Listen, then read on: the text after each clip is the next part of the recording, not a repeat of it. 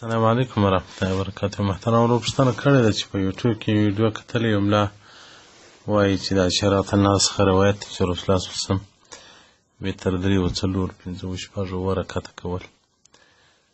محترم ورور ستا په جواب کې دومره ویلی څو دغه هیوار څوک ګوري بیا اخذ ځین کوي.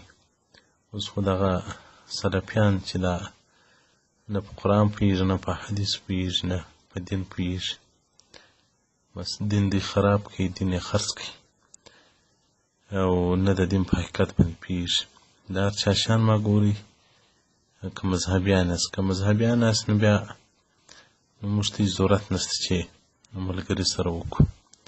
خو ستا د جواب په هکله باندې دومره ویلی شو چې د عشر رضی الله څخه یو روایت شته چې رسول الله صلی الله علیه وسلم به 3 یا 4 یا 6 یا 7 یا 10 رکعته وتر کول، تر 13 رکعتو به یې نه زیاتول.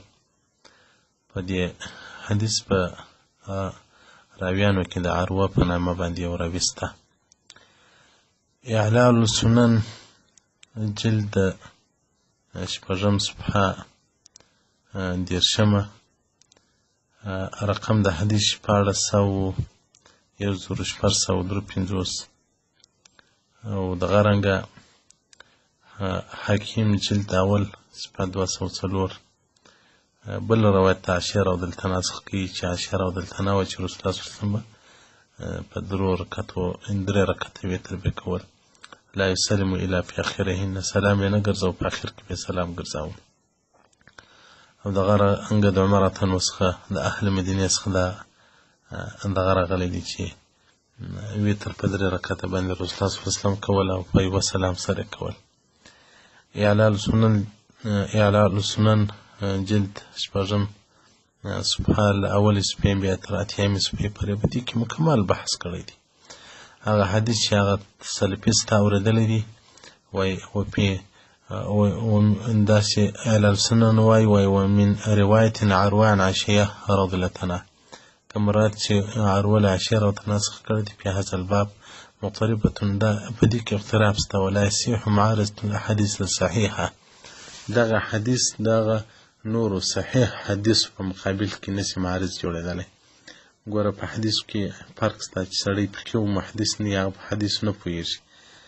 دا سلفیان خو نو د خدای څخه ماسې نور څوک نه مني، دا رسول الله صلی الله علیه وسلم نه هم داسې په حقیقت کې نه مني چې اوس بیریږي چې مسلمانان په راوغورځېږي، کنې هغه هم نه مني.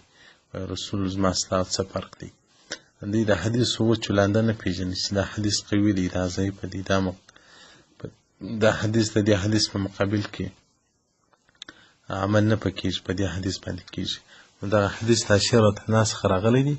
دا حدیث د بل حدیث سره ټکر چې رسول الله صلی الله علیه وسلم به 3 رکعته وتر کول، هغه هم په یوه سلام سره. نو وایي دغه حدیث چې هغه د 4 د 5 رکعتو راغلی دی هغه معارض دی، ټکر دی له هغه صحیح حدیثو څخه چې بخاري او مسلم او ترمذي ذکر کړي دي، نو په هغه باندې عمل نه کېږي. او دغه رنګه رد المحتار جلد اول صفحه 492 باب الوتر والنوافل کې وایي د ماستا او د وتر چې دی هغه 3 رکعات 3 رکعات دي بتسلیمت په یوه سلام سره کال مغرب لکه د ماښام مزدی دي. نو محترمینو تاسې وار ملایان ګورئ بیا پیدا ځین اخلي. دا انټرنیټ خو نو شیګان هم راپورته شوي دي، برولیانو، سلفیانو، قیدانیانو، پنجپریانو، وابیان ټول راپورته شوي دي. داسې خلک یوار ګوري بیا یوار یې تلي بیا څه ځینې زده کوي. نو داسې نه وي چې هغه موجب سلفیان شي، خلک څه ډالرې پیدا کړي سلفیان شي، دی نه چې تاسو د یوټیوب د نیټو د ګوګل له لارې سلفیان شي. والسلام علیکم ورحمة الله وبرکاته.